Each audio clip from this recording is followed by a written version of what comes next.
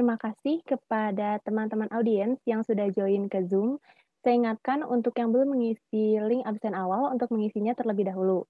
Link absen sudah dilampirkan di kolom chat. Dan juga dimohon untuk mengubah format nama menyesuaikan dengan nama asli yang diisi saat mendaftar. Karena waktu sudah menunjukkan pukul 19.31, maka acara akan kita mulai.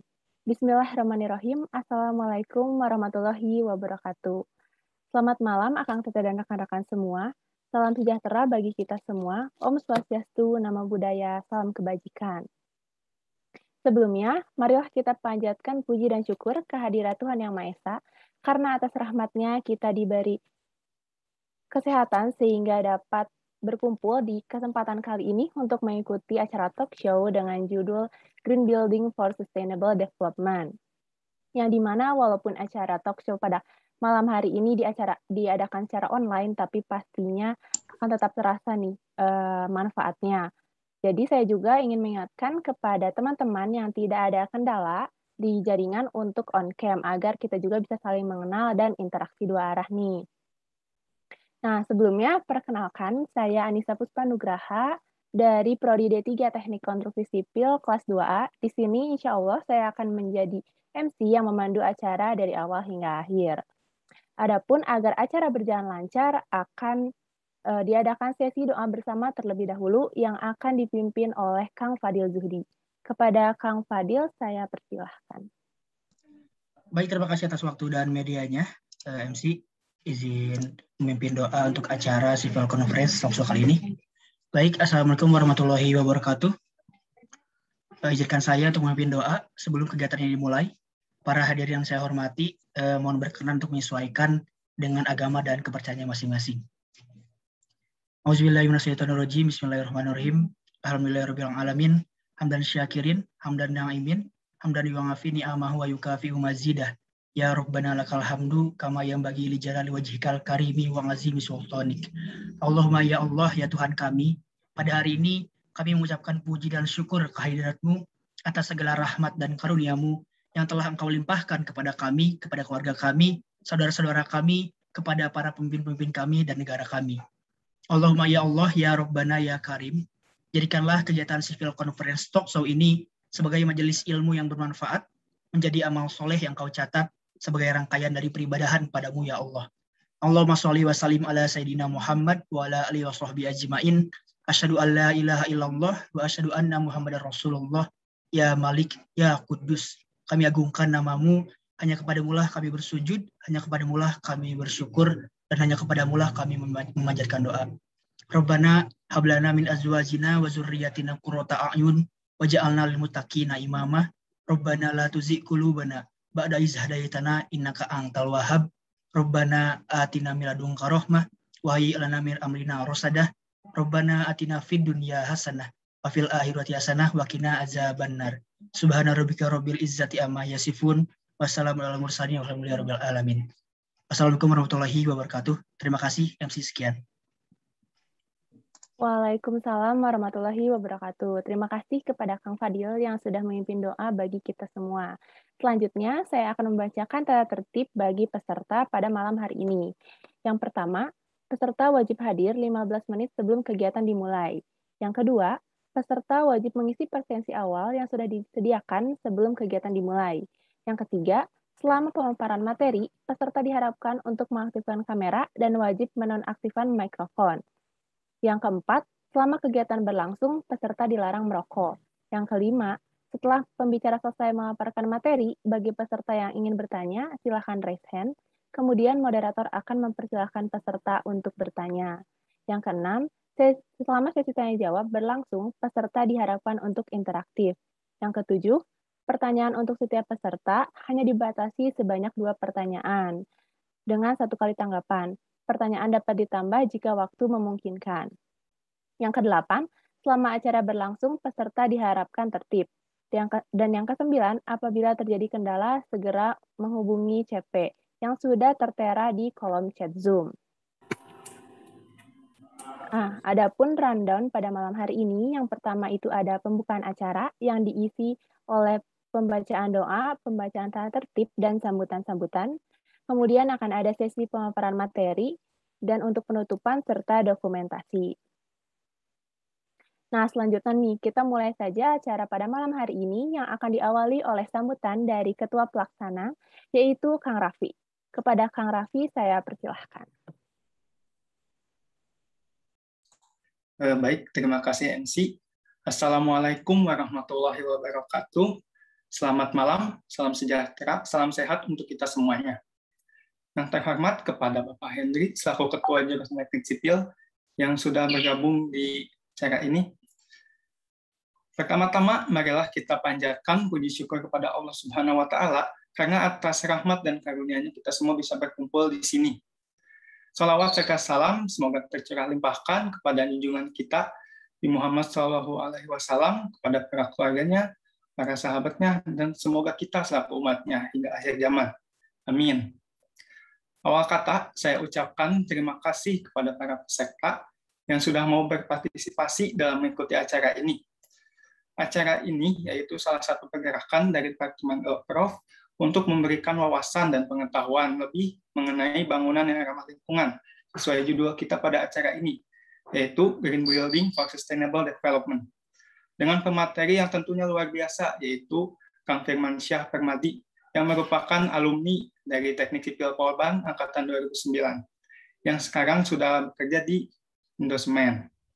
Semoga teman-teman semua bisa menyimak dengan baik apa yang disampaikan oleh pemateri kita ini. Dan semoga ilmu yang diberikan akan selalu bermanfaat. Amin.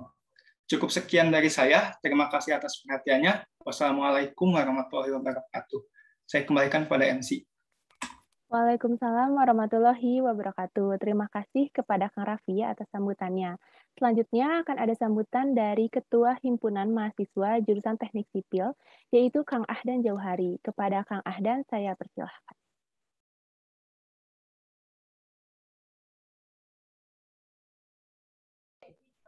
Baik. Bismillahirrahmanirrahim. Assalamualaikum warahmatullahi wabarakatuh. Selamat malam kepada rekan-rekan yang hadir malam ini dari Teknik Sipil Polban. Lalu sebelumnya yang saya hormati Bapak Hendri selaku Ketua Jurusan, yang saya hormati juga Pak Aditya Febriansyah selaku Pembina Himpunan yang hari ini tidak bisa menghadiri acara karena ada kegiatan lain.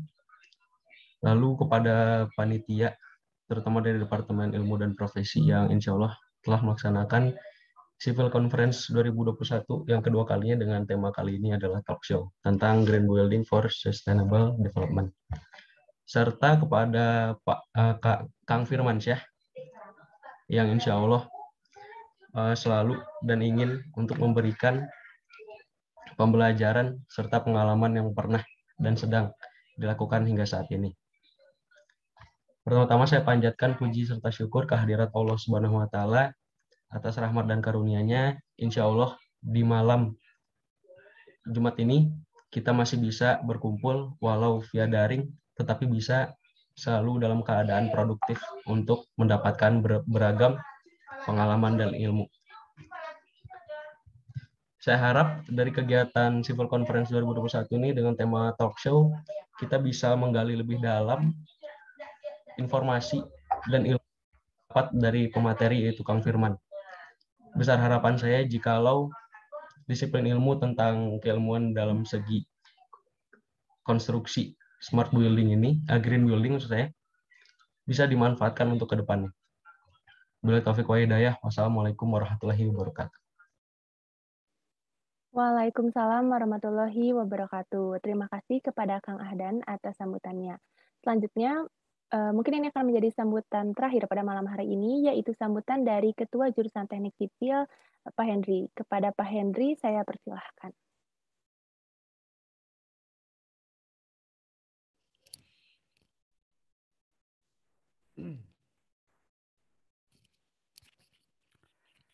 Bismillahirrahmanirrahim. Assalamualaikum warahmatullahi wabarakatuh. Kedengaran suara saya nggak? Warahmatullahi wabarakatuh. Terdengar, Pak. Salam sejahtera buat kita semua. Terima kasih pembawa acara. Siapa tadi pembawa acaranya? Saya Pak Anissa Puspa. Anissa Filka, ya terima kasih Mbak Anissa. Kemudian juga terima kasih Kang Ahdan ya dan juga adik-adik mahasiswa seluruhnya, dan khususnya Kang Firman. Udah ada Kang Firman Syahnya belum? Sudah ada Pak di room. Udah ada ya. Oke, terima kasih ya Kang Firman Syah udah mau bergabung dengan adik-adik mahasiswa untuk berbagi ilmu dan pengalaman yang sudah dijalanin ya sejak menyelesaikan pendidikan di Politeknik Negeri Bandung. Nah, ini merupakan kesempatan yang baik pada adik-adik untuk bisa bersilaturahmi di sini sambil mendengarkan pengalaman-pengalamannya dan menggali informasi-informasi dan menambah wawasannya buat ke depannya gitu. Itu saja dari saya. Silakan dilanjutkan. Mungkin saya tidak akan terlalu lama mengikutinya. Mungkin sebentar habis itu sudah izin live ya. Oke, selamat berkonferensi dan semoga mendapatkan sesuatu yang banyak untuk dibawa di bangku kuliah selanjutnya. Terima kasih. Assalamualaikum warahmatullahi wabarakatuh. Waalaikumsalam warahmatullahi wabarakatuh. Terima kasih kepada Pak Henry yang sudah menyempatkan waktunya untuk hadir pada room Zoom kali ini. Nah, sebelumnya saya ingatkan kembali kepada teman-teman audiens yang tidak ada kendala untuk on-cam, karena kita sebentar lagi mau masuk ke sesi pemaparan materi nih, agar terasa juga ya, walaupun secara online, tapi kita masih bisa berinteraksi secara dua arah dan saling mengenal. Dan juga saya ingatkan bagi yang belum mengisi link presensi awal untuk mengisinya terlebih dahulu. Nah, mungkin langsung saja kita masuk ke sesi pemaparan materi ini yang akan dimoderatori oleh moderator keren kita, yaitu Kang Zaidan. Nah, gimana nih Kang Zaidan? Apa sudah ada di room, Kang? Sudah ada Teh, sudah hadir di room Teh. Oke, gimana nih Kang Zaidan kabarnya, Kang? Alhamdulillah baik Teh. Gimana nih Teh Puspa kabarnya Teh? Alhamdulillah baik juga Kang. Walaupun masih masa pandemi gini, tentunya harus tetap jaga kesehatan ya Kang. Prokes nomor 1. Betul sekali Teh Puspa. Omong-omong gimana nih Kang? Udah seminggu kuliah di semester 3. Apakah masih santai-santai aja atau udah mulai sibuk nih di semester 3 ini? Waduh, kalau masalah kuliah ya, di Polban ini ya sebenarnya sibuk atau gak sibuk ya sudah menjadi suatu hal wajar gitu ya. Di semester 3 ini tentunya lebih intens ya dibanding semester 1 dan 2 gitu. Gimana nih? Mungkin karena matkulnya juga udah mulai menjurus ya ke teknik sipilnya. Iya, Kalau Kang, Teh Puspa benar gimana banget. nih? Ya, Kang, saya juga nih, walaupun baru seminggu ya kuliah di semester 3, tapi iya sudah lumayan sibuk, banyak juga nih tugas-tugasnya. Cuman ya kita harus pintar-pintar bagi waktu aja ya, Kang, antara hal akademik dan non-akademik. Iya benar banget deh. Kita sama-sama sibuk karena emang kita satu kelas juga ya, satu prodi juga di Oh iya KS nih, gitu. Kang, aduh. Apa karena terlalu sibuk ya, Kang? Jadi kita lupa nih kalau sekelas. Aduh, kayaknya bisa jadi sih, bisa jadi deh. Aduh, parah nih, Kang. Nah, Kang, omong-omong tentang sekelas nih, kita kan konstruksi sipil ya, Kang. Kalau nggak salah, untuk pemateri kali ini, Kang Firman juga alumni dari konstruksi sipil, benar ya, Kang? Iya benar banget nih Teh Puspa. Ternyata Kang Firman juga merupakan alumni dari konstruksi sipil nih. Tahun 2009, angkatan 2009 nih Teh. Oke, aduh pastinya keren banget nih pemaparan dari Kang Firman. Oke, boleh aja nih Kang Zaidan dimulai untuk sesi pemaparan materinya. Oke, baik. Terima kasih Teh Puspa atas pembukaannya yang luar biasa ya. Assalamualaikum warahmatullahi wabarakatuh. Selamat malam, salam sejahtera dan salam sehat untuk kita semua. Tentunya di masa pandemi ini kita menjaga kesehatan yang utama ya. Semoga pandemi ini bisa cepat berlalu dan kita bisa menjalankan kegiatan seperti sedia kala. Senang sekali nih pada malam hari ini saya Muhammad Zaidan Khairul Arifin dari Prodi D3 Teknik Konstruksi Sipil. Pada malam hari ini saya diamanahi sebagai moderator yang akan memandu teman-teman semua nanti di sesi talk show. Tentunya sesi talk show kali ini kita memiliki tema yang luar biasa tentunya. Judul temanya yaitu Green Building for Sustainable Development. Sekilas kita mendengar judulnya aja kita mungkin udah terbayang gitu ya, bahwa tema yang akan dibawakan pada malam hari ini merupakan erat kaitannya dengan masalah lingkungan nih. Masalah lingkungan ini sudah menjadi tanggung jawab dari setiap diri kita ya tentunya, mengingat bumi kita ini sedang tidak baik-baik saja. Nah, Oleh karena itu, kita nih sebagai civil engineer mau dibawa kemana gitu nih? Apakah kita punya peran di dunia civil engineer untuk kelestarian lingkungan? Nah, untuk membahas masalah ini tentunya pada malam hari ini saya tidak sendiri, saya ditemani oleh pemateri kita yang luar biasa nih. Kita sapa dulu mungkin ya. Kang Firman, apakah sudah bergabung di room bersama kita nih? Ya. Alhamdulillah ya Kang. Gimana nih Kang kabarnya Kang? Alhamdulillah baik. Alhamdulillah. Sekarang sedang sibuk apa nih Kang? Apakah sudah WFO nih Kang atau masih WFH nih? Kebetulan kalau dunia konstruksi itu belum kenal namanya WFH ya. Waduh. Jadi konstruksi harus terus berjalan dan ya semen merupakan salah satu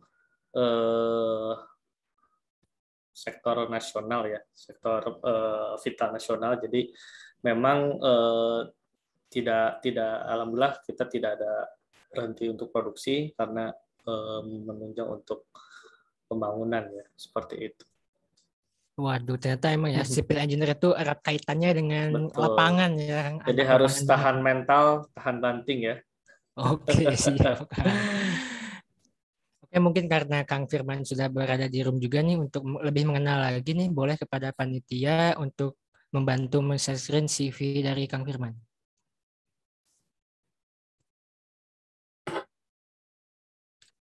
Oke, Kang Firman. Kang Firman ini merupakan lulusan, tadi sudah disebutkan ya, Prodi D3 Teknik Konstruksi Sipil Angkatan 2009, lulus pada tahun 2012, lalu menyelesaikan S1 di bidang Civil Engineering ini di Universitas Pancasila, Jakarta.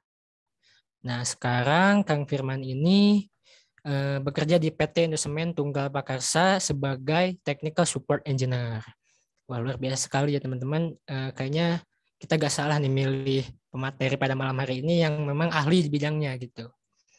Oke, untuk mengefisienkan jalannya acara juga nih, karena Kang mungkin sudah siap ya Kang untuk memaparkan materi. Insya Allah.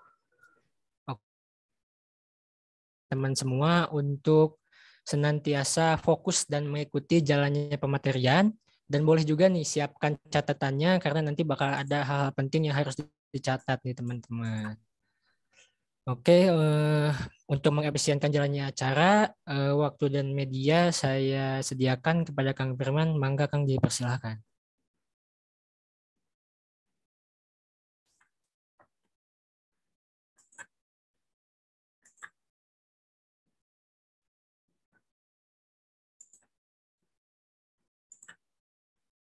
Baik, sudah ini ya, sudah terlihat ya. Terlihat Kang. Oke. Ya, Assalamualaikum warahmatullahi wabarakatuh. Selamat malam. Salam sejahtera buat teman-teman semua. Kepada yang terhormat Bapak Henry selaku Ketua Jurusan Teknik Sipil Politeknik Negeri Bandung, Ketua Himpunan, Ketua Pelaksana dan seluruh panitia serta peserta Civil Conference yang hadir pada malam hari ini ya. Di sini semua angkatan ya, dari tingkat 1, tingkat 2 sama tingkat 3 ya. Kebetulan di sini saya akan membawakan materi mengenai green building material for sustainable development. Jadi mungkin dalam setengah jam ke depan kita akan berwisata lah, saya sebutnya berwisata ya, karena biar tidak terlalu serius ya. Di sini kita akan melihat, membuka wawasan bagaimana peran civil engineer untuk lingkungan seperti apa dan bagaimana nantinya kita bisa berperan. Mumpung masih hijau ya, jadi adik-adik di sini kan belum terjun langsung ke dunia konstruksinya seperti apa, yang mungkin kalau dilihat secara fisik ya kelihatan konstruksi itu merusak alam atau kotor-kotor gitu ya. Cuman di sini makanya kita merupakan satu hal yang tepat bahwa di sini adik-adik semua bisa membuka wawasan bagaimana peran civil engineer terhadap lingkungan. Baik, Sebelumnya saya memutar video sedikit mengenai campaign yang kita lakukan ya di masa pandemi ini dengan hashtag Pejuang Kokoh Selamanya. Jadi 2 bulan kemarin kita melakukan campaign untuk merenovasi rumah-rumah yang memang direkomendasikan sehingga menjadi layak ya. Sebentar.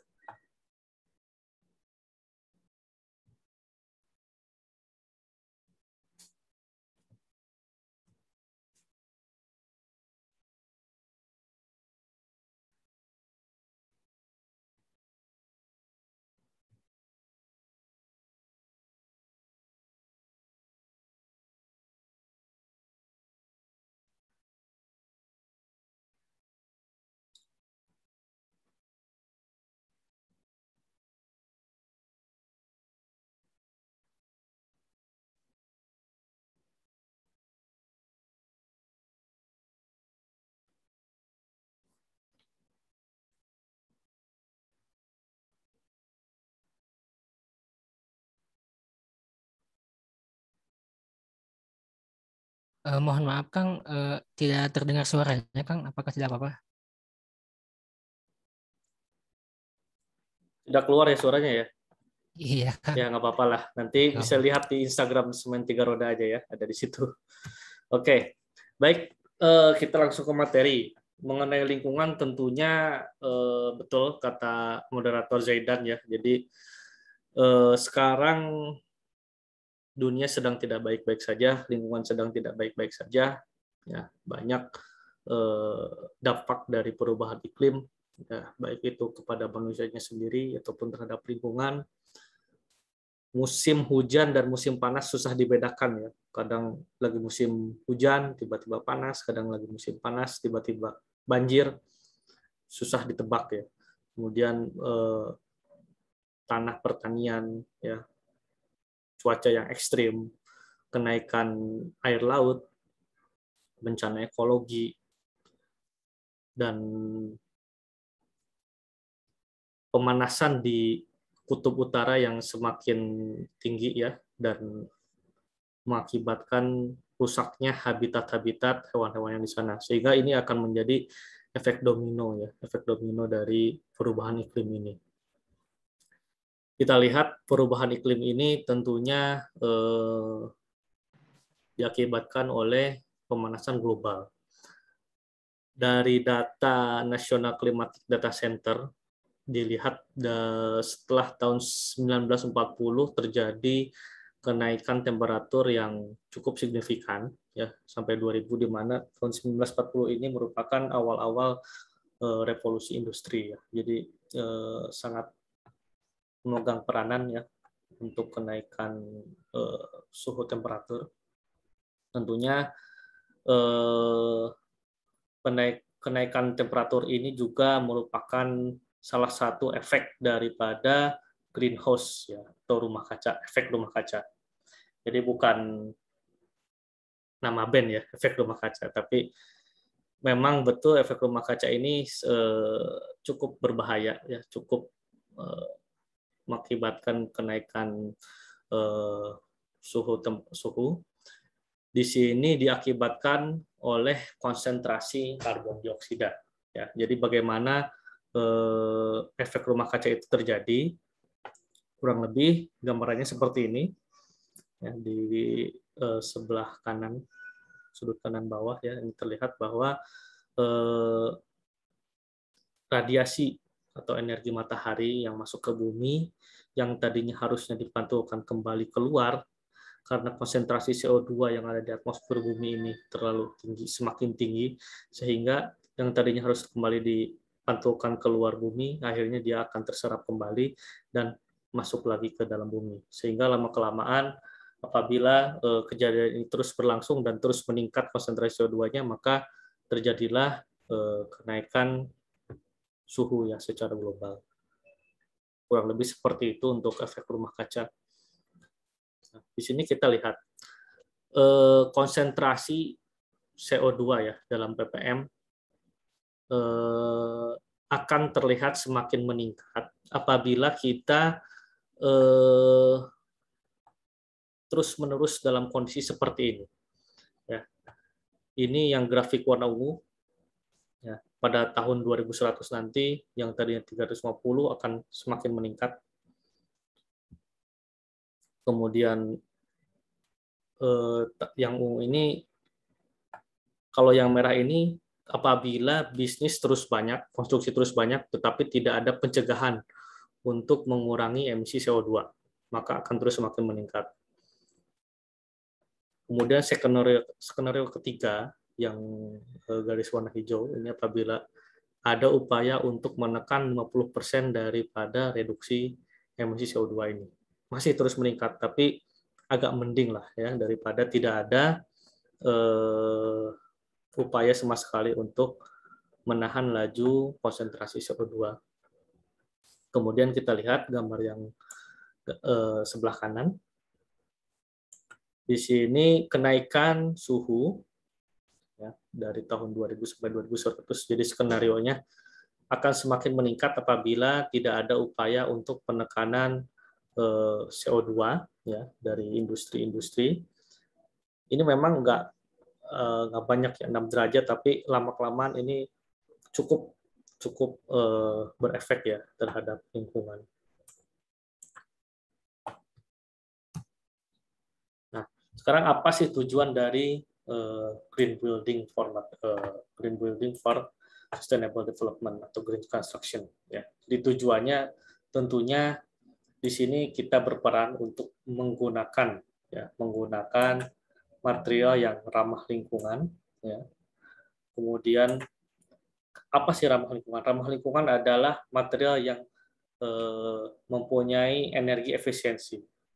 Ya, jadi kita tentunya untuk membuat bangunan tersebut, kita harus aware. Kita harus tahu bagaimana perbedaan antara material yang ramah lingkungan dan bagaimana material tersebut dapat berkontribusi untuk efisiensi energi. Ya. Jadi ada 2 hal ya, tadi ramah lingkungan dan energi saving. Nah, tentunya di sini menjadi concern ya di dunia internasional ya, sehingga pada tahun 2000-an ya, di sini ada Paris Agreement ya, di mana di sini seluruh negara ya yang hadir di 2015 ya, di sini ya.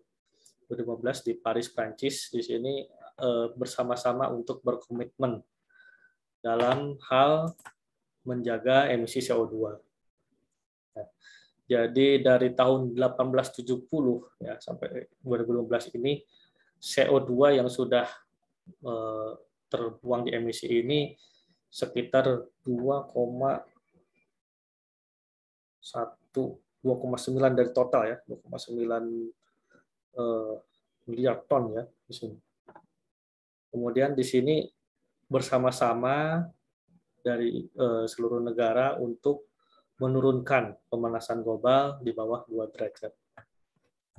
Kemudian kita lihat lagi dari mana kontribusi emisi CO2 ini ada ya, dari beberapa kegiatan industri. Di sini ada peranan semen, industri semen sebanyak 4%. Ya, jadi di sini cukup tinggi ya emisi CO2 yang dihasilkan dari industri semen. Kemudian dari gerakan tersebut di sini di Indonesia sendiri sudah ada payung hukumnya untuk industri hijau ya. Dasar hukumnya di UU nomor 3 tahun 2014 tentang perindustrian. Pasal 7783. Ya, jadi di sini didefinisikan ya untuk industri hijau merupakan industri yang mengutamakan efisiensi dan efektivitas penggunaan sumber daya secara berkelanjutan. Jadi di sini tadi kembali lagi ya, efisiensi energi, kemudian ramah lingkungan dan berkelanjutan atau sustainable.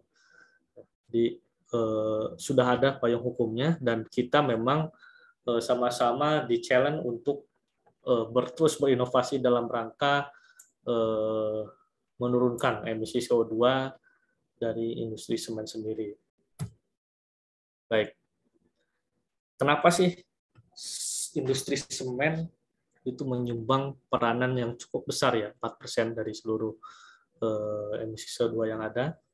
Kita lihat ya proses pembuatan semen.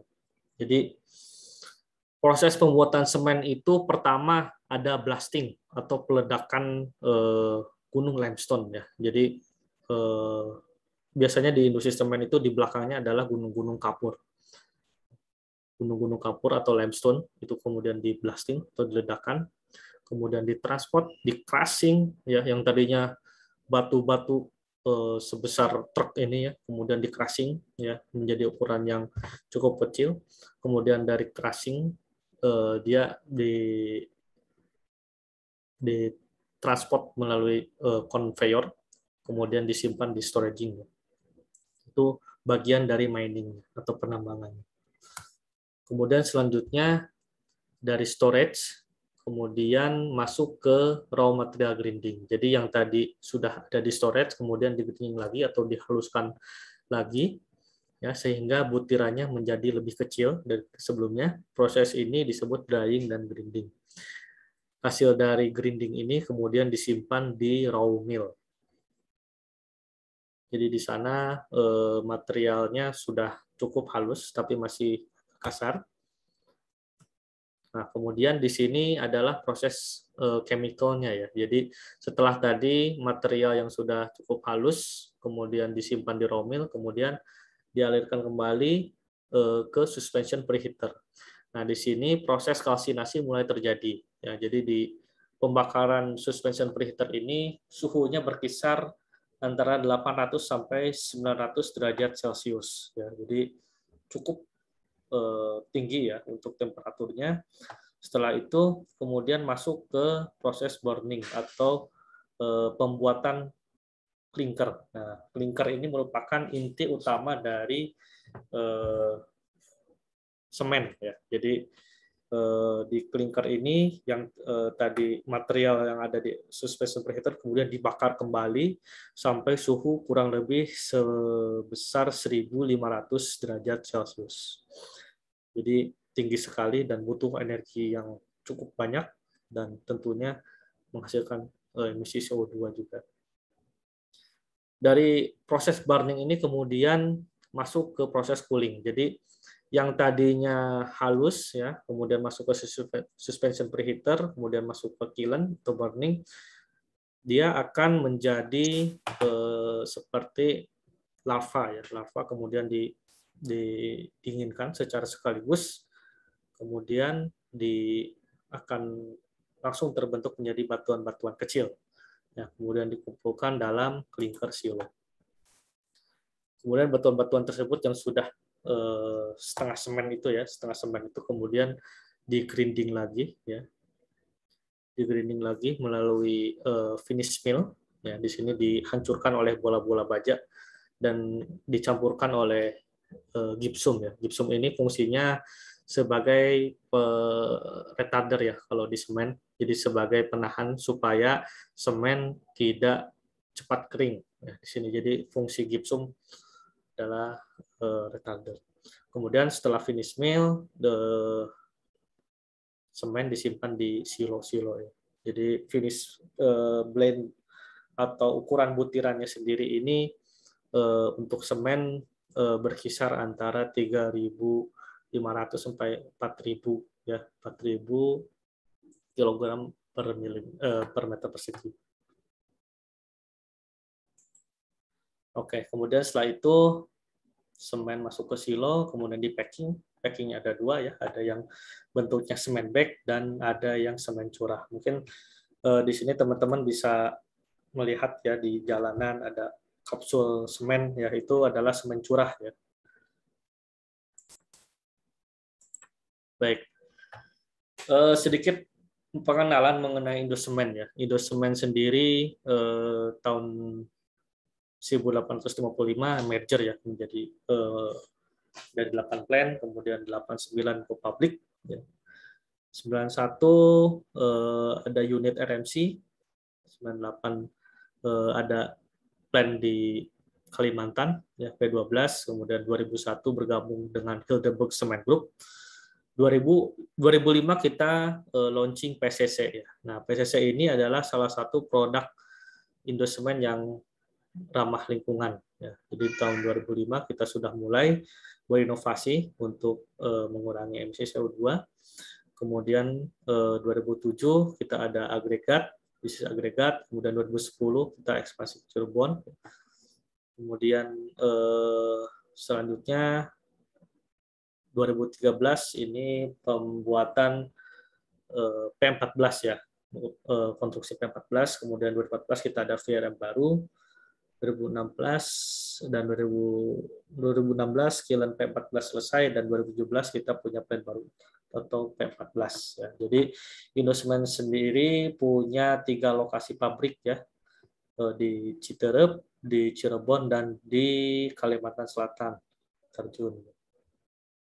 Ada 9 terminal, kemudian ada 13 kilen, ada 26 milling unit, kemudian clinker capacity, ya kapasitas clinker kita ada 19 juta ton dari seluruh pabrik, kemudian total semen kapasitas kita adalah 24,9 juta ton. Ya, jadi merupakan salah satu industri semen terbesar ya di Indonesia secara perusahaan. Dan kita secara distribusi punya 19 distributor yang tersebar di seluruh wilayah Indonesia. Ada hampir lebih dari 25.000 toko bangunan yang merupakan rekanan kita, 172 gudang yang tersebar di seluruh Indonesia. Kemudian ada untuk industri ready mix-nya ya, kita punya Pionir Beton, ada 40 batching plant, kemudian di 22 lokasi ada 435 mixer, dan total kapasitas ready mix kita ada 5 juta kubik ya, dan total kapasitas agregat kita ada di 2,8 juta ton. Nah, ini fasilitas yang ada di Indosemen ya, untuk terminal dan pabriknya ya. Jadi di pabrik Citerep sendiri ini kita ada 10 plant ya, kapasitasnya 18,2 juta ton. Kemudian Palimanan ada 2 plant, kapasitasnya 4,1 juta ton, dan Tarjun 1 plant, kapasitasnya 2,6 juta ton. Nah, di Citerep sendiri ini merupakan plant paling besar se-Asia ya, dalam satu kawasan ya. Jadi karena di satu kawasan ini punya 10 plant. Kemudian produk Indosemen ya. Di sini ada mungkin di sini teman-teman sempat belajar mengenai bahan bangunan ya. Di sana ada tipe semen ya, tipe semen Portland, tipe semen dari tipe 1 sampai tipe 5 ya. Jadi Indosemen juga produksi ya, OPC dari tipe 1, tipe 5 dan tipe 2 ya. Dan tipe 1 ini sekarang kita tidak dipasarkan lagi di retail atau di toko bangunan ya. Kita hanya delivery melalui semen curah. Kemudian tipe 2 dan tipe 5 ini dia fungsinya untuk digunakan di lingkungan yang kadar sulfatnya tinggi. Nah, kemudian PCC ini yang kita jual di toko bangunan ya, mungkin teman-teman di sini sering gunakan ya PCC. Kemudian ada oil well cement. Nah, di sini untuk oil well cement untuk pengoboran minyak ya, terus pengoboran minyak. Dan kita juga punya produk PPC ya dengan merek Raja Wali. Kemudian kita juga punya white cement ya, salah satu-satunya ya di Indonesia yang memproduksi white cement ya, di Indosemen. Kemudian kita ada mortar TR30. Ini sedikit bicara mengenai market share 3 roda ya, terbesar ya, hampir 26%. Kemudian punya top brand selama 10 tahun, sekarang udah 13 tahun ya, 13 tahun berturut-turut. Dan kita tentunya merupakan perusahaan dengan varian produk terlengkap ya di seluruh Indonesia, varian semen. Dan tentunya kita berinovasi untuk selalu berupaya menjaga lingkungan ya, sehingga kita memiliki green industri atau standar industri hijau ya, sertifikat dari Kementerian Perindustrian, dan kita memiliki green label ya untuk produk PCC dari GBC, dari Green Product Council Indonesia. Baik, berbicara mengenai beton. Beton tentunya banyak pengaruh dalam mutu betonnya, kualitas betonnya, pengaruhnya. Dari mulai penyusun material, air, agregat, semen, admixture, kemudian tentunya perencanaan mutu. Di sini ada mix design, mungkin teman-teman juga sudah mulai belajar ya di rekayasa beton. Kemudian bagaimana mixingnya, homogenitasnya seperti apa, flashingnya seperti apa, atau pada saat pengecoran, kemudian kadar udaranya seperti apa, pada saat curing waktunya seperti apa, temperaturnya seperti apa, dan tentunya nanti castingnya seperti apa. Jadi di sini ada pengaruh yang dipengaruhi oleh material, ada juga pengaruh yang dipengaruhi oleh eksternal ya untuk betonnya sendiri. Tentu kita akan concern mengenai semen ya. Jadi pada saat proses pembakaran semen, pembentukan semen ya, tadi saya sebutkan ada namanya clinker ya atau kiln. Pada saat di kiln. Nah, di clinker itu sendiri merupakan senyawa utama ya, senyawa utama pembentuk semen. Jadi di sini ada beberapa mineral utama dalam clinker ya.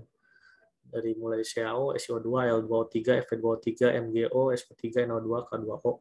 Cuman di sini yang sering yang berperan peranan utama adalah kalsium dan silika atau CaO dan SiO2. Dan ini merupakan gambaran ya butiran clinker serta bagian-bagiannya.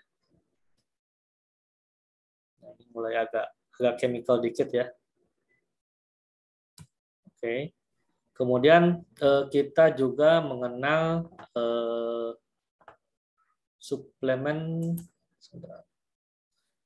supplementary cementitious material ya. Jadi di sini mungkin kalau teman-teman lebih mengenal sebagai bahan pengganti semen, walaupun nggak bisa diganti ya, tapi di sini hanya ditambahkan.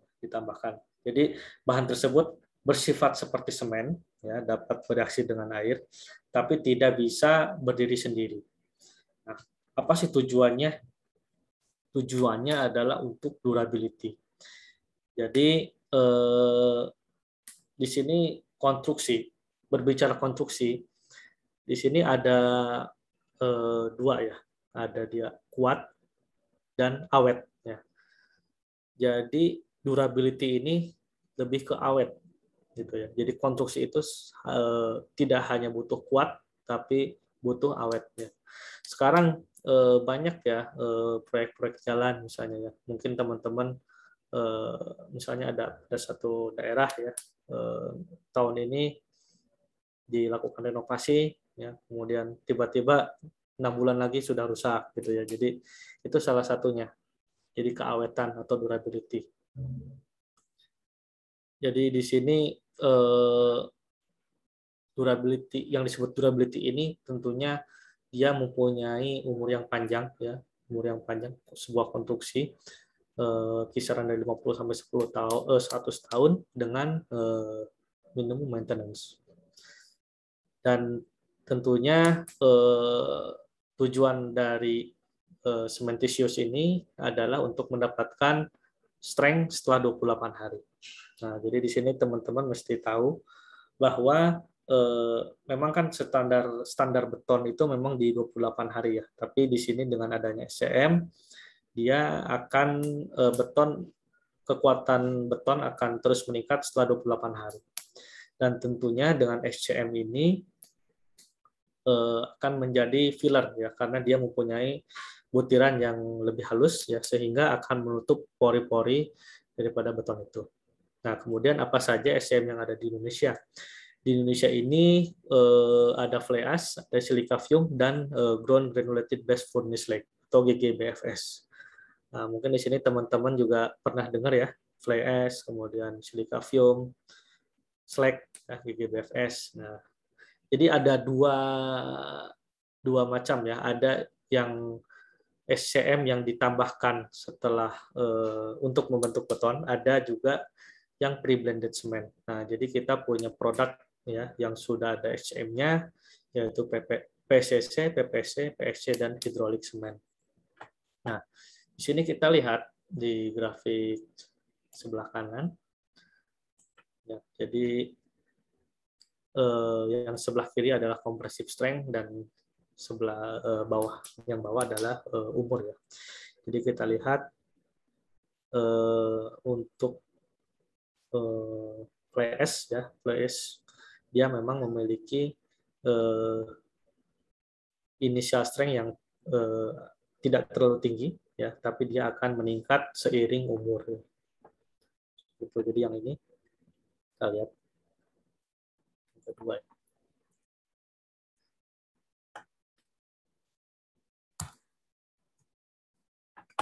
Ini.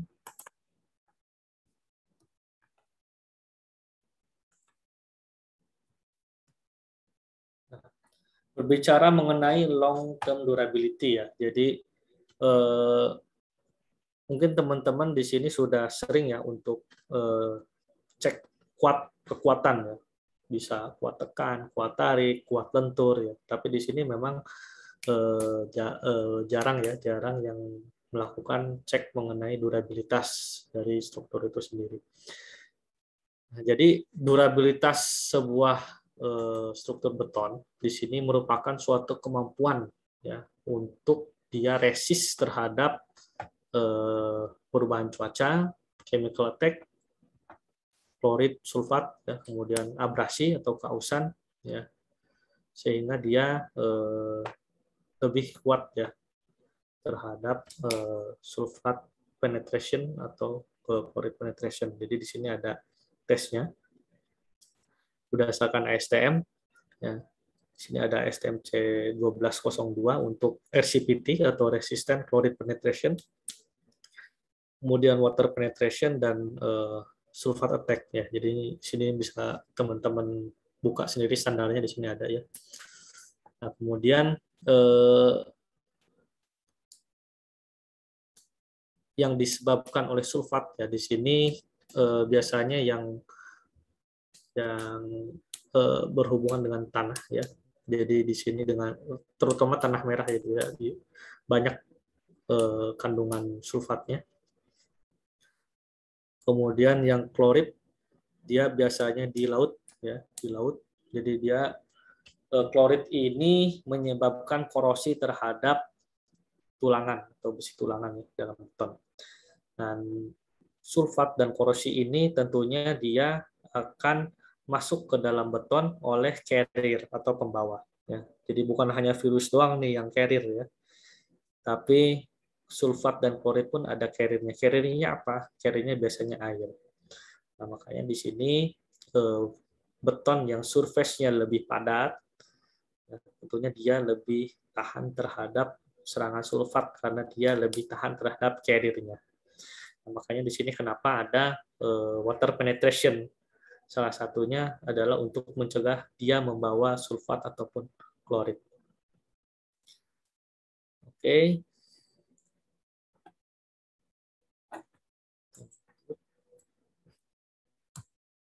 Nah, di sini saya mau memperkenalkan salah satu produk Indosemen yang baru ya, namanya hidrolik semen.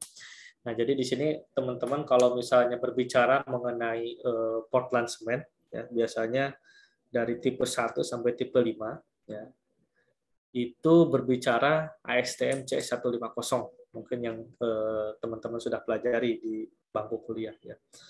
Nah, cuman di sini ternyata di ASTM itu selain ASTM C150, ASTM itu ada juga ASTM C595 dan C1157.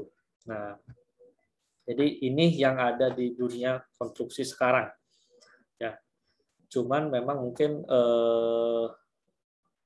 SNI-nya juga untuk ASTM ini baru 2020 ya, padahal di luar negeri ya ASTM C1157 ini udah dari tahun 90. Ya, kalau 150 ini ASTM 150 udah dari tahun 1940. Jadi kita cukup agak tertinggal ya dari semen ini, dari industri semen sendiri. Sehingga di sini industri semen bergerak untuk membuat atau melakukan inovasi. Salah satunya adalah meluncurkan produk semen ya dengan nama hidrolik semen. Jadi hidrolik semen merupakan gabungan performa semen ya yang terbuat dari material yang relevan ya dengan intermolekular bonding yang ramah lingkungan tentunya.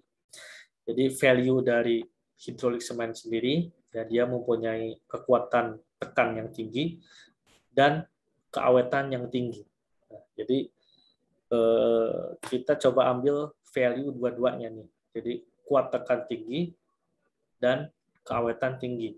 Ya, sehingga tentunya dia akan resisten terhadap chemical attack ya karena mempunyai butiran yang lebih halus dan dia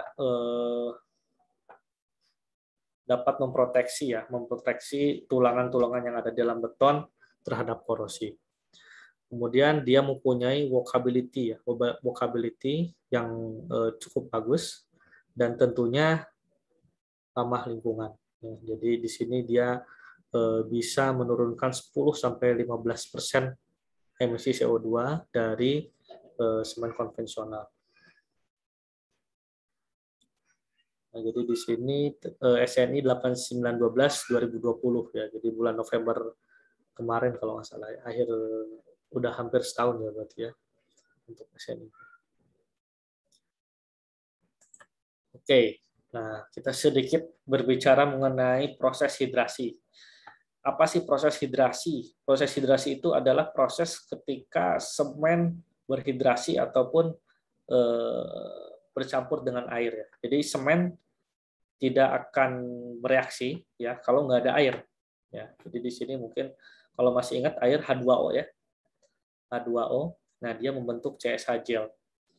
Nah, jadi di sini semen yang ketemu dengan air, lama-lama kalau dilihat secara mikroskopis dia akan mengkristal, dia akan membentuk gel awal-awal. Nah ini kalau di semen disebutnya mulai setting. Nah, jadi ada waktu ya semen mulai setting sampai dia set ataupun sudah tidak berubah bentuk ya. Nah ini ada ujinya ya, setting time namanya. Jadi kalau misalnya semen sudah mulai mengeras, ya, tapi masih bisa ditusuk dengan penetrometer sedalam 25 mm, itu disebut initial setting atau setting awal. Nah ini biasanya kisaran sekitar 90 menit, ya, 90 menit sampai 100 menit untuk initial set, kemudian untuk finalnya bisa di kisaran 240 sampai 300 menit. Nah, di sini kita lihat ketika semen dicampur dengan air, dia akan membentuk CSH gel atau pengkristalan semen. Tapi setelah CSH gel itu dia akan ada sisa reaksi ya, CaOH2 atau Portlandate, dan dia masih bisa bereaksi. Bisa bereaksi dengan SCM tadi. Nah, jadi di sini SCM itu akan bereaksi setelah semen. Bereaksi dengan hasil reaksi antara semen dan air. Nah, jadi di sini kenapa tadi saya bilang SCM tidak bisa berdiri sendiri? Karena SCM akan bereaksi dengan sisa hasil reaksi dari semen dan air. Nah, jadi di sini akan terbentuk pembentukan CSH yang kedua. Nah, tadi yang pertama adalah OPC dan H2O atau semen dan air, ya, membentuk CSH gel yang pertama, sisanya direaksikan dengan SCM, sehingga bentuk lagi CSH kedua. Jadi di sini bisa dilihat di gambarnya, ya, dengan pembentukan dengan bantuan dari CSH gel, beton akan semakin kedap ya. Jadi dia 2 kali pembentukannya.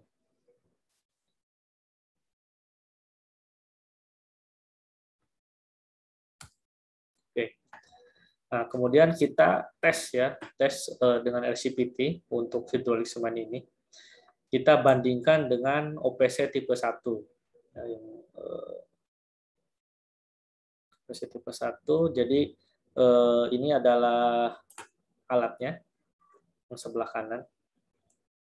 Jadi di sini kita bikin spesimen semen hidrolik dan OPC kita dibandingkan, kemudian dilarutkan dengan 3% NaCl, dan kita lihat kalemnya ya. Di sini kalem satuannya. Di sini terlihat untuk hidrolik semen ya dari 3 kali percobaan. Di sini memiliki nilai kolom yang sangat kecil ya dibandingkan dengan OPC. Jadi menurut standarnya di sini untuk OPC cukup tinggi, terbilang tinggi hasil dari RCPT ini. Nah, ini yang tadi saya bilang carrier reaction. Jadi di sini air membawa klorid ya, air membawa klorid sehingga lama-lama permukaan beton akan terkikis, dan akhirnya klorid masuk kena tulangan, korosi. Korosi lama-lama akan mengikis tulangan sehingga struktur bisa fail ya. Itu jadi berbahaya, cukup berbahaya untuk konstruksi.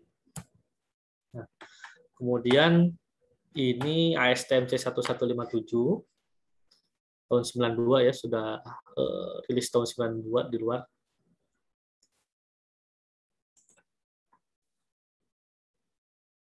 Di mana ada dua tipe untuk general use dan high early strength. Jadi di sini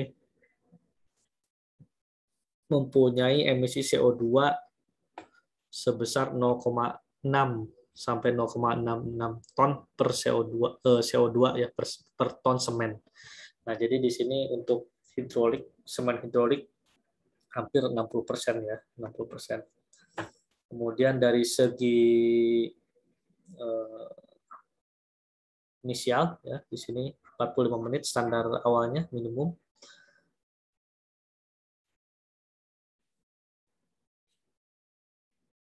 Relate-nya ke SNI 8912/2020. Jadi biasanya SNI ini adalah terjemahan dari STM, jadi kurang lebih hampir sama juknisnya atau petunjuk tekniknya dengan STM, hanya ada beberapa penyesuaian ya berdasarkan resource yang ada di Indonesia.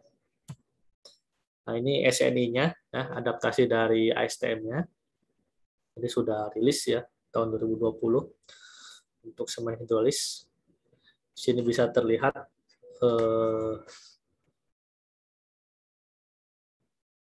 untuk spesifikasi physical properties dan chemical-nya. Ya. Jadi kalau misalnya di SNI biasanya kita itu adalah patokan paling bawah ya. Biasanya kita untuk setting spesifikasi itu minimal mungkin bisa 30% ya di atas SNI. Jarang-jarang mendekati standar bawah ya untuk spesifikasi.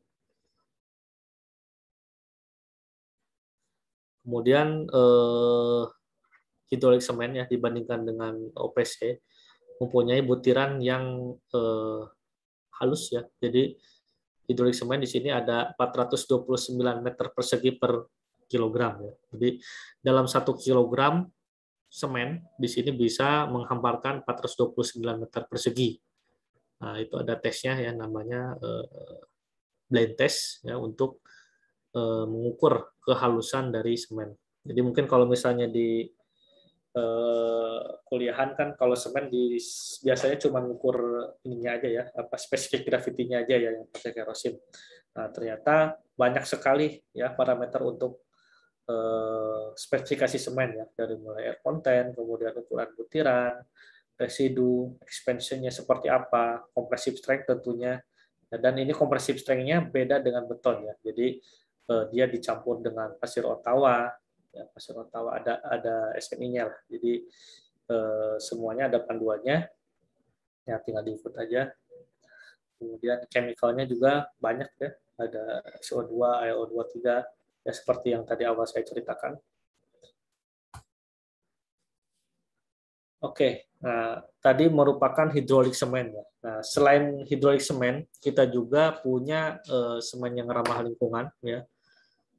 Namanya Portland Slag Cement. Jadi Portland Slag Cement adalah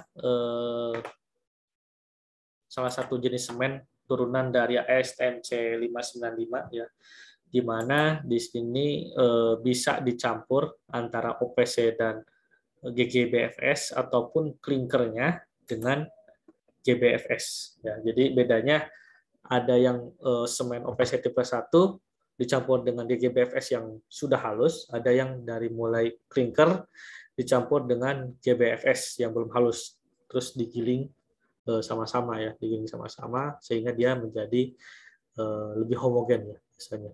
Dan produk Portland Slag Cement yang kita produksi adalah dengan metode klinker, OPC klinker yang dicampur dengan GBFS, kemudian di giling ya di finish mill sehingga menjadi biohomogen. SNI-nya rilis tahun 2017 ya 8363. Jadi di sini dari SNI-nya sendiri mencantumkan bahwa campuran GBFS-nya berkisar antara 36 sampai 70% ya, dari total semen. Jadi value-nya dari semen slag ini ya atau Portland Slag Cement dia mempunyai panas hidrasi yang rendah ya. Jadi hidrasi itu ya ketika semen dicampur air mungkin teman-teman sering ini ya kalau misalnya di Labcon ataupun di laboratorium beton ya ketika semen ketemu air sering kerasa anget ya. Nah, itu adalah hidrasi. Proses hidrasi. Jadi semakin panas hidrasinya, dia akan berpotensi crack ya, semakin cracking ya. Jadi di sini slag semen mempunyai panas hidrasi yang rendah ya, kemudian dia permeabilitasnya rendah ya, jadi lebih kedap. Kemudian dia mempunyai long term strength atau dia memiliki kemampuan untuk mengembangkan kekuatan ya setelah 28 hari.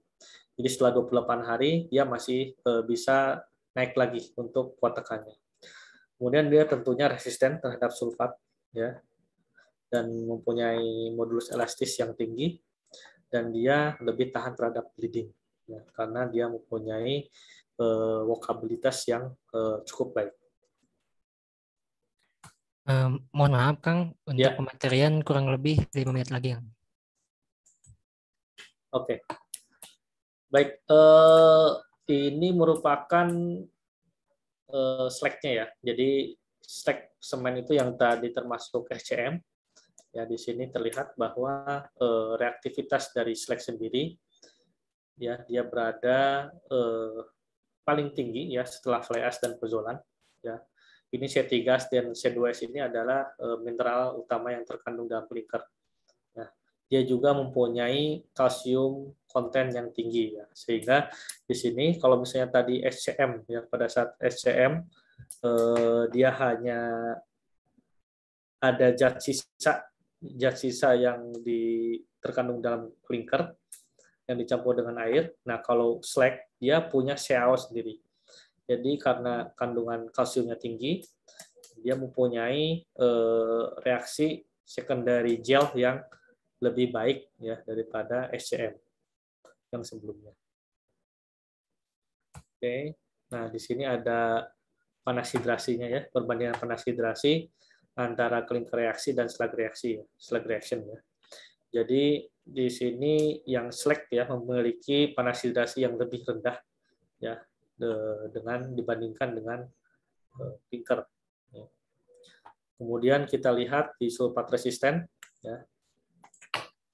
Kalau sulfat resisten, dia ukurnya adalah expansion Expansion itu adalah perubahan dimensi ya. Jadi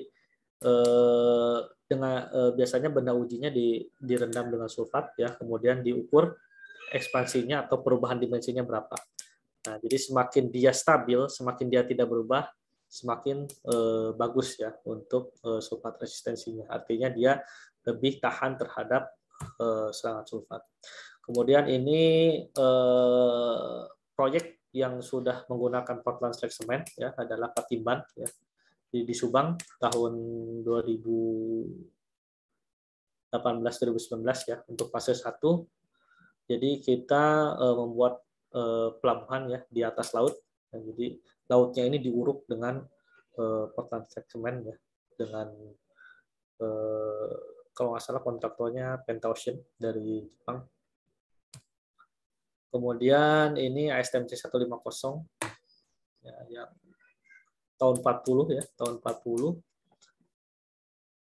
Kemudian 595 tahun 67, jadi sudah cukup tertinggal ya.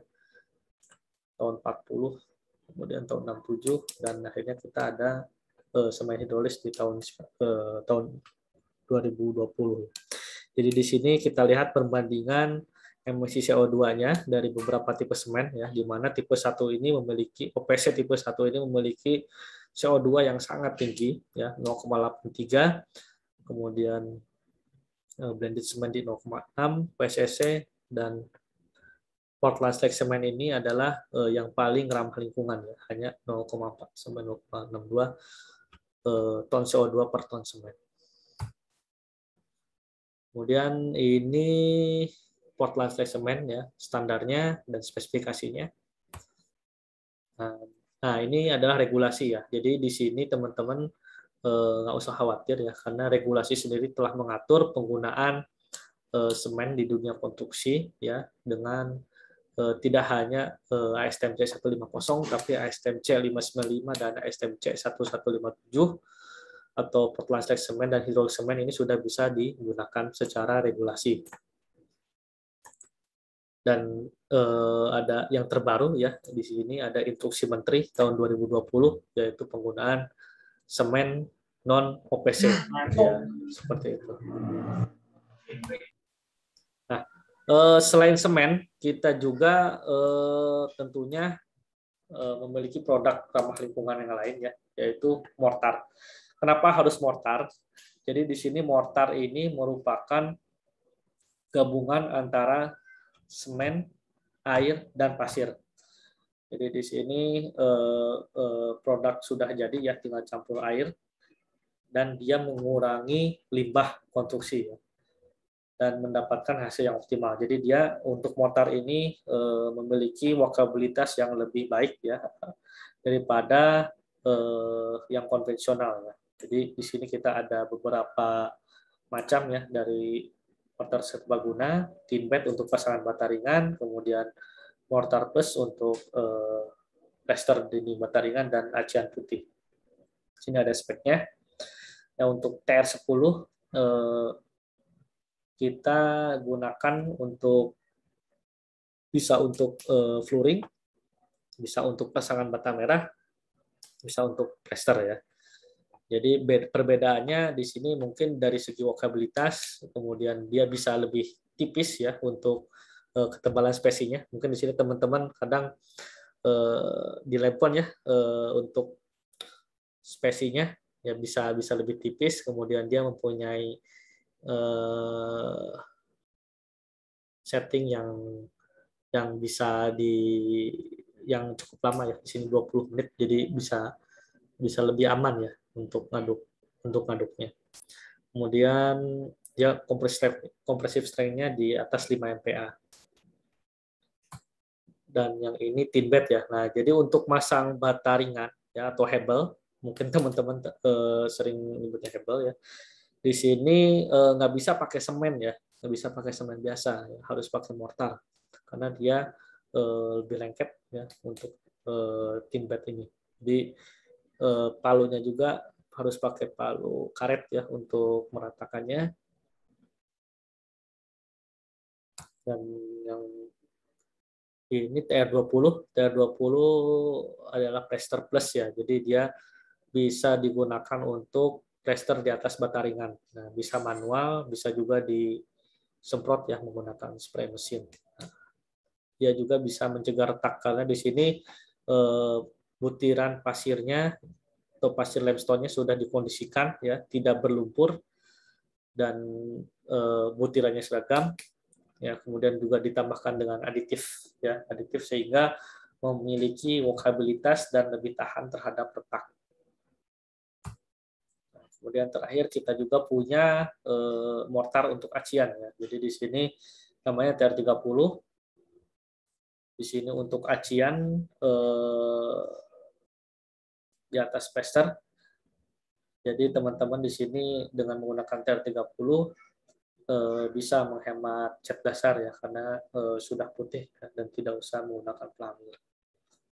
Dia juga mengurangi retak, daya sebarnya cukup banyak ya, 18 meter persegi per satu sak semennya.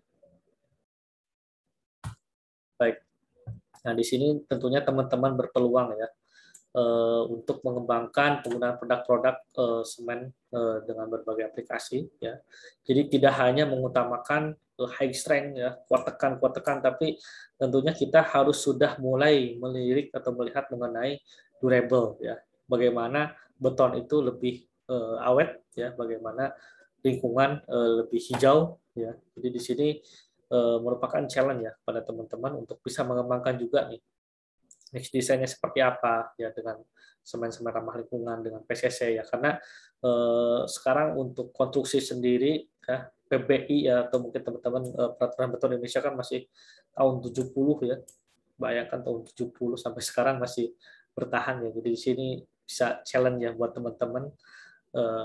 Kalau tahun 70 itu belum ada PCC ya di Indonesia, jadi masih kiblatnya masih ke OPC. Nah di sini tantangan teman-teman adalah mulai coba bagaimana meriset atau mengembangkan dengan menggunakan produk-produk semen ramah lingkungan. Nah, kemudian teman-teman juga bisa berkesempatan ya untuk mengedukasi masyarakat ya dengan menulis konten-konten yang bermanfaat, ataupun ada pertanyaan seputar teknis ya, teknis bangunan seperti apa. Kemudian di sini juga teman-teman merupakan suatu tempat yang baik ya untuk melihat kebutuhan ataupun dinamika masyarakat ya, terutama terhadap konstruksi, dan mengembangkan berbagai penelitian ya. Jadi dan satu lagi, nah di sini teman-teman juga bisa menjadi mulai belajar untuk berbisnis ya, ataupun menjadi vendor di masterrumah.id. Jadi kita punya platform ya namanya masterrumah.id. Di sana bisa diakses ya sama teman-teman, banyak fiturnya. Teman-teman bisa berbagi konten atau mulai belajar menjadi kontraktor kecil-kecilan ataupun arsitek ya, ataupun cuma jasa menggambar. Jadi boleh dicoba ya, dibuka di masterrumah.id. Baik, seberapapun besar bisnis kita ya, dunia baru menuntut kelincahan ya. Kita harus mampu lebih cepat atau faster ya, karena perubahan tidak pernah menunggu. Kita harus lebih cerdas ya, smarter, karena perubahan butuh energi yang besar, dan kita harus terus lebih baik karena perubahan hanya akan dimenangkan oleh yang terbaik. Di quotes dari salah satu direksi Indosemen ya, Bapak Troy Desmond. Dan dunia sipil adalah pembangunan untuk kehidupan yang lebih baik ya. Salah satu kalimat yang ada di Marsimas ya, yang alhamdulillah masih bertahan sampai sekarang ya. Dan itu saja mungkin pemaparan materi dari saya, semoga bermanfaat. Terima kasih. Wassalamualaikum warahmatullahi wabarakatuh. Waalaikumsalam warahmatullahi wabarakatuh. Pemaparan materi yang sangat luar biasa ya dari Kang Firman tadi mengenai green material for green building gitu kan. Nah, dari pemaparan yang sudah dibahas gitu kan banyak sekali nih ternyata inovasi-inovasi yang sudah dilakukan di Indonesia, khususnya mengenai bagaimana kita melestarikan lingkungan, terutama dalam masalah green material itu sendiri. Karena sejatinya yang utama dari pembangun, salah satu yang utama dari pembangunan itu merupakan material pembangunnya itu sendiri. Nah, mungkin untuk sekarang ya, karena pemaparan materi sudah selesai nih, kita akan lanjut ke sesi tanya jawab nih. Kepada teman-teman yang ingin bertanya dan masih penasaran nih mengenai materi yang tadi sudah disampaikan, boleh langsung bertanya aja dan dengan teknis raise hand, lalu nanti saya bersilahkan untuk on mic dan mengutarakan pertanyaannya nih. Boleh kepada teman-teman, silakan untuk raise hand. Oke, banyak nih yang sudah raise hand. Mangga yang pertama kepada Kang Caki Madia, boleh untuk on mic, Kang. Oke, makasih Zaidan, moderator.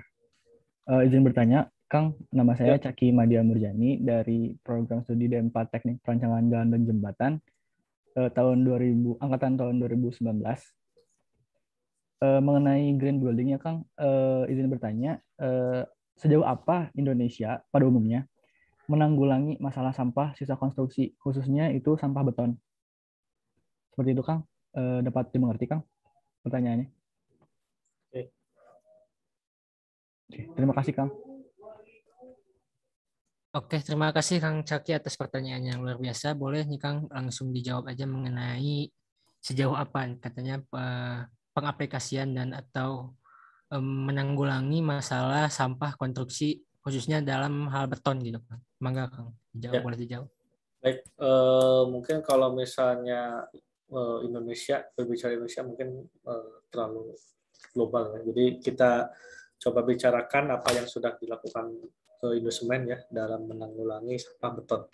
Nah, jadi di sini Indosemen sendiri tentunya ada concern ke sana juga ya mengenai sampah beton ya. Jadi biasanya kalau sampah beton itu timbul dari mungkin sisa-sisa beton ya, atau yang tercecer ya, ataupun kelebihan beton ya, seperti itu. Nah, sehingga di sini Indosemen juga berinovasi untuk membuat suatu konstruksi pracetak yang memang dia sangat mengurangi ya, bahkan mungkin tidak ada sampah beton. Jadi strukturnya itu sudah pracetak ya, dari mulai kolom, sloof, balok ya, dinding pun dia sudah pracetak. Jadi dia satu rumah memang sudah dihitung kebutuhan betonnya sehingga tidak ada lagi sampah beton. Jadi tidak ada beton yang tercecer, tidak ada bekisting yang terbuang, ya, jadi semuanya sudah pracetak. Nah, mungkin di sini juga dulu sempat ada juga ya fabricated house competition. Nah, salah satunya seperti itu. Jadi kita juga challenge juga ya kepada teman-teman mahasiswa semua untuk memikirkan mulai dari sekarang bagaimana memikirkan bangunan ataupun konstruksi yang ramah lingkungan ya, salah satunya terhadap sampah beton tersebut. Seperti itu. Tidak hanya Indosemen ya, mungkin untuk dari PU-nya sendiri ya ada namanya RISA ya kalau nggak salah. Jadi embrionya tetap dari pemerintahan ya, jadi punya rumah pracetak yang sangat mengurangi sampah ataupun sisa dari beton itu sendiri. Oke, baik. Terima kasih Kang atas jawabannya. Gimana nih Kang Caki, apakah masih ada pertanyaan atau tanggapan gitu Kang? Mungkin tanggapan sedikit ya Kang ya. Sekarang izin bertanya lagi. Kan tadi itu terkait mengurangi sampah yang akan dihasilkan gitu ya Kang ya. Kalau terkait dengan sampah yang sudah dihasilkan, contohnya itu sampah konstruksi lama gitu Kang. Maksudnya konstruksi misalnya gedung udah lama terus dihancurkan. Nah, itu kan ada sampah-sampah betonnya juga. Nah, terkait itunya gimana Kang? Kalau misalnya kita berbicara konstruksi jalan ya, biasanya mereka ada namanya recycle agregat. Ya, jadi jalan-jalan yang sudah hancur, kemudian dia dibongkar dan dari bongkaran itu dia di recycle. Ya. Cuman kalau untuk gedung biasanya jarang. Kalau di Indonesia sendiri mungkin biasanya dia diangkut jadi timbunan aja ya kalau misalnya gedung ya. Cuman kalau jalan setahu saya sudah ada recycle agregat ya. Jadi di sana jalannya dihancurkan, kemudian di grinding lagi, dihancurin lagi, dia jadi bahan tambah atau mengurangi agregat. Seperti itu. Oke, baik. Terima kasih, Kang. Bagaimana Kang Caki? Mungkin cukup atau masih ada yang bingung nih, Kang? Cukup moderator. Terima kasih Kang Firman. Ya, sama-sama. Oke, terima kasih atas pertanyaan dan jawabannya. Selanjutnya nih ada yang masih bertanya, yang raise hand. Bangga kepada Kang Ah dan Jauhari. Boleh langsung on mic aja, Kang. Baik, bismillahirrahmanirrahim. Assalamualaikum warahmatullahi wabarakatuh. Selamat malam Kang Firman. Semoga dalam kondisi sehat walafiat. Nama saya Ahdan Joharfi dari B3 Teknik Konstruksi Gedung. Ada 2 pertanyaan, apakah boleh? Mod? Boleh, Kang. Boleh, ajukan saja. Izin, Kang. Ada 2 pertanyaan. 3 juga boleh lah. Oke. Kasih bonus 1. Pertanyaan pertama itu, ini Kang, berkaitan sama judul kita kali ini, yaitu green building. Tadi dari saya lihat dari pemaparan Akang soal semen, hal apa saja yang jadi kelebihan dari semen yang sekiranya diproduksi oleh Indosemen, dan kaitannya apa dengan penggunaan di bidang konstruksi pada kegiatan green building. Yang pertama. Lalu untuk yang kedua, tadi kan ada hidrolik semen ya Kang, dengan 2 hal yang jadi sorotan dari hidrolik semen. Itu pertama adalah kuat tekan sama keawetannya yang cukup tinggi. Untuk dari segi produksi semen ini, apakah sudah termasuk tinggi Kang dalam segi penggunaannya di bidang konstruksi? Dan kenapa bisa, kalau misalkan tinggi, kenapa bisa dijadikan bahan material utama untuk pemakaian beton? Paling nggak gitu. Terima kasih. Oke, terima kasih Kang Adan atas pertanyaannya. Tadi pertanyaan pertama mengenai sejauh mana nih produk Indosemen ini aplikasinya di green building-nya itu sendiri. Lalu yang kedua mengenai hidrolik semen tadi yang sudah dijelaskan, apakah penggunaannya sudah tinggi dan kenapa gitu Kang? Oke. Baik, kalau untuk green building sendiri ya, jadi dari 2005 ya, kita sudah menggantikan OPC yang ada di pasaran dengan PCC.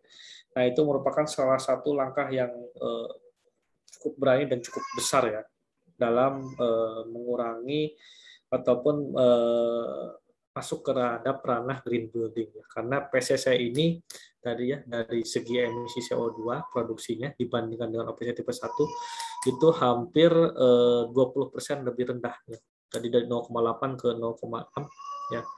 Nah, di situ merupakan salah satu langkah yang besar yang diambil oleh Indosemen ya untuk mendukung green building ya. Jadi di sini mungkin saya tidak berbicara mengenai struktur green building itu seperti apa, tapi kita lebih fokus terhadap material bentuk green building-nya itu sendiri. Nah, jadi di sini PCC ya yang teman-teman sering temukan di toko bangunan ya itu merupakan salah satu produk yang green ya. Jadi produk yang dia memiliki emisi CO2 yang rendah. Dan kemudian cuman biasanya PCC ini kan banyak digunakan di lingkungan rumah-rumah tinggal untuk proyek-proyek rumahan ya. Nah, sedangkan untuk mengakomodasi dari proyek-proyek besar atau high-rise building, kemudian jalan jembatan, struktur-struktur tinggi ya. Nah, dia untuk PCC sendiri memang belum mengakomodasi. Bukan tidak bisa ya, tapi biasanya untuk proyek-proyek yang besar ya itu memiliki membutuhkan spek yang lebih tinggi ya. Jadi dia membutuhkan spek yang lebih tinggi dan speed ya. Jadi di sini untuk PCC bisa nggak pakai itu? Bisa, cuma speednya belum bisa. Ya, jadi di sini kita ada namanya hidrolik ya. Jadi hidrolik ini adalah untuk mengakomodasi speed ataupun kecepatan yang dibutuhkan oleh proyek-proyek yang besar. Nah, sehingga di sini hidrolik sendiri dari tahun 2020 kita sudah mulai sosialisasikan ya kepada semua stakeholder ya, dari akademisi, kemudian dari customer kita juga ya. Jadi bahkan sekarang sudah banyak ya yang menggunakan hidrolik ya. Cuman memang hidrolik semen ini kita jual melalui semen curah ya, atau semen kapsul ya, yang saat teman-teman temukan nanti pada saat lulus nanti ya, oh ternyata bukan ini, ternyata ada selain PCC, ada hidrolik, ada slag semen. Nah, sedangkan slag semen tadi itu lebih cenderung terhadap keawetan ya, karena slag semen ini karakteristiknya dia tidak bisa untuk mengakomodasi speed ya. Jadi tapi dia pada saat setelah 28 hari dia memiliki kekuatan yang lebih tinggi daripada OPC yang sekarang masih menjadi primadona lah ya untuk OPC. Cuman lambat laun OPC mungkin akan semakin dikurangi ya, karena sangat tidak ramah lingkungan ya, sangat tidak green lah ya. Jadi kita coba replace ya dengan hidrolik semen yang untuk speed dan untuk keawetan ya, atau untuk strength ini bisa dengan slag semen. Seperti itu. Oke, terima kasih Kang Firman atas jawabannya. Bagaimana Kang Ahdan, apakah masih ada yang ditanyakan atau masih dibingungkan, Kang? Izin menanggapi. Boleh. Baik Kang Firman, tadi alhamdulillah cukup mencerahkan saya juga. Cuma ada yang mau saya tanyakan kembali. Boleh. Hidrolik semen ini berarti penggunaannya pada pekerjaan apa aja ya, Kang? Kalau misalkan di bangunan konstruksi atau misalkan di bangunan gedung bertingkat, karena tadi kan lebih dikhususkan buat bangunan yang dengan kondisi proyeknya cukup tinggi, Kang. Ya, hidrolik ini kalau saya lihat lebih ke struktur ya. Jadi digunakan di ready mix yang memasuk untuk struktur-struktur ya. Bisa rigid, bisa bore pile, bisa kolom, bisa balok struktur gitu ya. Jadi lebih ke struktur. Karena hidrolik sendiri ini belum kita jual dalam kemasan sak-sakan atau bag ya, sehingga pasti yang menggunakannya lebih ke industri beton itu sendiri ya. Jadi bisa baik itu ready mix ataupun industri beton precast. Dan mungkin kita coba juga masuk ke industri bata ringan dan mortar. Jadi sebenarnya untuk hidrolik sendiri penggunanya general ya, cuman memang lebih dikhususkan untuk industri-industri beton yang ada di Indonesia. Jadi bukan digunakan langsung ya, jadi bukan digunakan langsung kayak semen saksakan ya, tapi lebih ke industri beton itu sendiri. Oke, baik. Terima kasih Kang Firman atas jawabannya. Apakah masih ada ditanyakan Kang atau mungkin cukup Kang? Cukup. Terima kasih Kang Firman. Terima kasih moderator. Oke, baik. Terima kasih Kang Ahdan atas pertanyaannya dan jawabannya juga dari Kang Firman. Mungkin karena kita dibatasi oleh waktu ya, sayang sekali pertanyaan dari Kang Ahdan barusan menjadi pertanyaan terakhir nih untuk menutup sesi tanya jawab kali ini dan sekaligus menutup sesi pematerian yang tadi yang sudah dilakukan. Terima kasih nih kepada Kang Firman yang sudah meluangkan waktunya dan di tengah kesibukannya mau membagikan ilmunya bersama kita semua di sini. Lalu dari saya pribadi mohon maaf nih sebagai moderator bila masih banyak kesalahan. Terima kasih kepada teman-teman semua yang sudah hadir dan fokus memperhatikan sampai akhir nih, sampai pukul 21 nih, udah malam juga. Mungkin sekian dari saya kembalikan kepada Teh Anissa sebagai MC. Mangga Teh. Oke, terima kasih kepada Kang Zaidan dan juga kepada Kang Firman atas tadi pemaparan materi yang luar biasa kerennya. Nah, selanjutnya, karena tadi kita sudah ngebahas nih tentang materi oleh Kang Firman, apakah ada dari rekan-rekan audiens yang mau mereview atau berpendapat sedikit nih tentang apa tadi bahasan kita? Boleh yang mau nge-review, boleh langsung respon saja. Nanti saya persilahkan.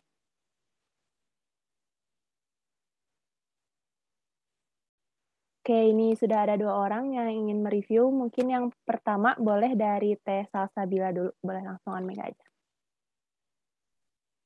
Baik, terima kasih atas kesempatannya MC. Selamat malam semuanya. Perkenalkan, nama saya Salsabila Andari Ainur dari Prodi D3 Teknik Konstruksi Gedung. Izinkan saya mereview bahasan untuk hari ini, yaitu yang tadi itu dimulai dengan reminder atau pengingat untuk kita semua bahwa dunia saat ini sedang tidak baik-baik saja, dengan salah satu alasannya yang datang dari dunia konstruksi seperti adanya gedung-gedung dengan desain rumah kaca. Banyak sekali ternyata hal yang harus kita pahami sebagai civil engineer nantinya. Salah satu di antaranya adalah pemilihan bahan yang akan digunakan untuk membangun sebuah konstruksi. Kita juga harus bijak dalam memilih bahan seperti memperhatikan segala komposisi penyusun bahan-bahan tersebut dan apa sih dampak yang akan diberikan saat bahan tersebut digunakan. Nah, faktanya banyak sekali ternyata diberikan saat bahan tersebut digunakan, seperti peraturan-peraturan SNI yang mengatur hal tersebut. Maka dari itu, bijak dalam membangun sebuah konstruksi seperti membuat bangunan dengan tema green building dapat membantu menyehatkan bumi kita kembali. Mungkin cukup sekian dari review saya. Terima kasih. Oke, terima kasih banyak nih kepada Teh Salsa atas pendapatnya. Selanjutnya tadi ada satu orang lagi yang sudah resen, kalau tidak salah itu Kang Faisal Amir. Gimana nih Kang Faisal? Apa? Ya, boleh saya review. Boleh. Ya, nama saya Muhammad Faisal Amir dari D4 Teknik Perancangan Jalan dan Jembatan Angkatan 20. Jadi dari hasil pembahasan tadi, green building adalah suatu bangunan dengan material yang ramah lingkungan, di mana pada zaman ini banyak sekali polusi udara dari hasil emisi gas. Salah satunya CO2 dan semen adalah penyumbang emisi terbanyak karena proses yang dilalui oleh semen banyak mengeluarkan emisi. Kemudian tadi disinggung secara umum mengenai Indosemen dan beberapa jenis semen yang dikeluarkan, salah satunya adalah hydraulic semen. Hydraulic semen ini adalah gabungan dari material yang relevan dan ramah lingkungan, sehingga dapat mengurangi emisi CO2. Jadi semen-semen dari Indosemen dapat menjadi pilihan untuk membuat green building. Cukup. Oke, terima kasih kepada Kang Faisal Amir nih atas pendapatnya. Jadi izinkan saya membacakan kesimpulannya untuk tadi bahasan kita. Jadi intinya itu adalah green building adalah suatu bangunan dengan material yang ramah lingkungan, di mana pada zaman ini banyak sekali gedung dengan desain rumah kaca. Oleh karena itu, untuk mengurangi salah satunya adalah dengan memperhatikan bahan konstruksinya, yaitu salah satunya semen yang menjadi bahan penting dalam membangun suatu bangunan. Jadi intinya kita harus pintar-pintar untuk memilih bahan semen karena semen ini tadi yang sudah dijelaskan itu memberikan emisi paling banyak di gas CO2. Dan salah satunya tadi ada hydraulic semen dengan material yang sudah ramah lingkungan yang cocok untuk pembangunan di era green building. Mungkin cukup untuk kesimpulan dari bahasan materi hal ini. Untuk selanjutnya akan ada sesi penyerahan sertifikat kepada pemateri keren kita, yaitu Kang Firman. Kepada panitia boleh dibantu untuk share screen. Oke, ini e-sertifikat dari kami selaku panitia, Kang, sebagai tanda terima kasih kami karena Akang sudah bersedia hadir, sudah menyempatkan waktu di tengah kesibukan Akang. Dan juga sebagai sedikit kenang-kenangan dari kami. Mohon diterima, Akang.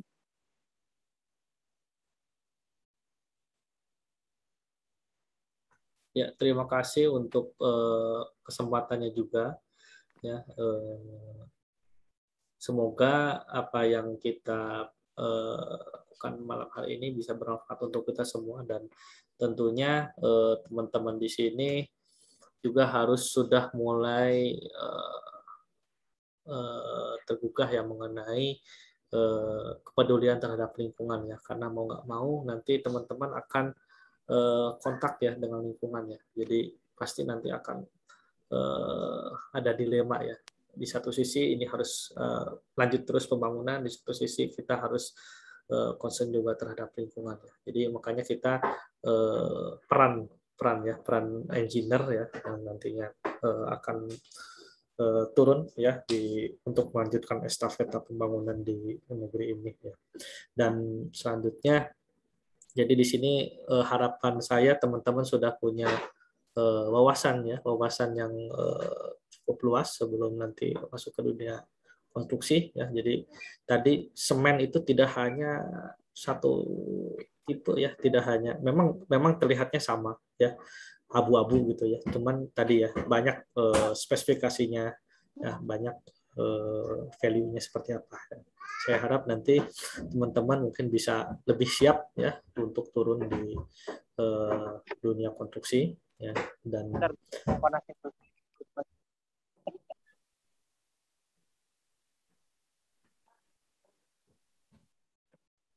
Oke, Kang. Ya, terima kasih banyak sekali lagi. Saya ucapkan kepada Kang Firman sudah berbagi pengalaman juga, dan tadi juga ada sedikit pesan ya, Kang, dari Kang Firman kepada kita semua. Nah, untuk selanjutnya nih, sebagai sesi penutupan akan ada sesi dokumentasi. Jadi kepada teman-teman audiens yang tidak ada kendala, boleh yuk on cam dulu. Karena kita mau ngambil foto dokumentasi. Yuk, ditunggu.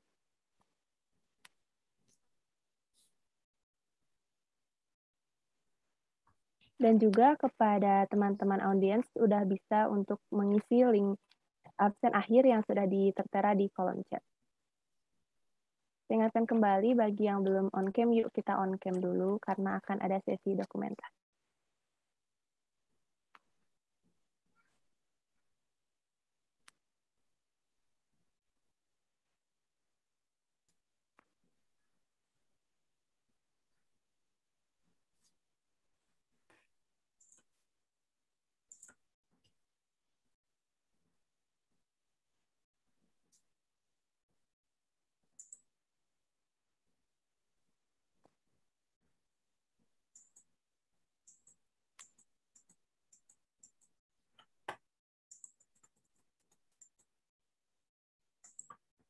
Yuk, yang belum on cam, boleh nih on cam dulu.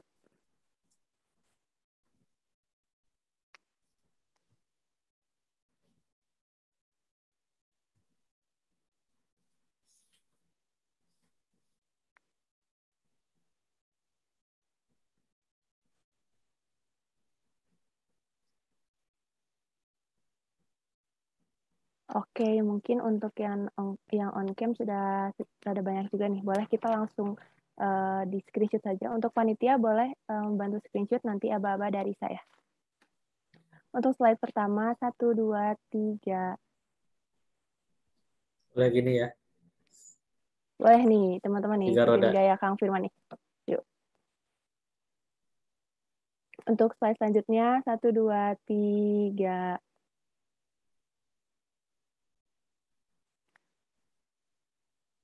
Untuk slide ketiga, 1, 2, 3.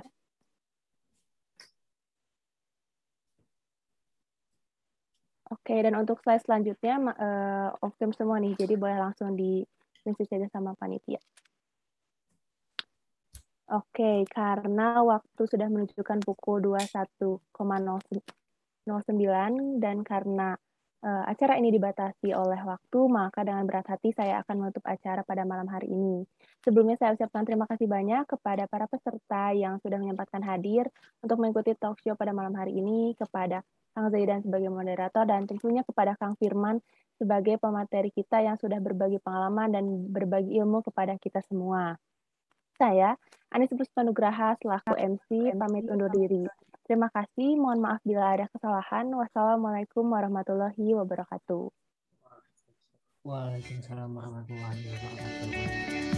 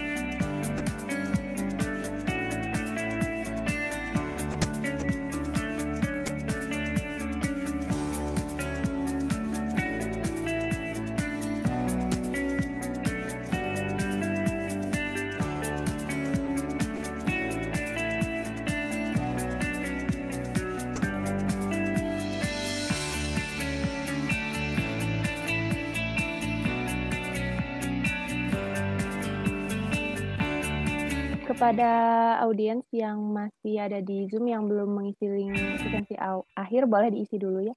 Kalau sudah, boleh langsung saja list dari ruangan Zoom. Terima kasih.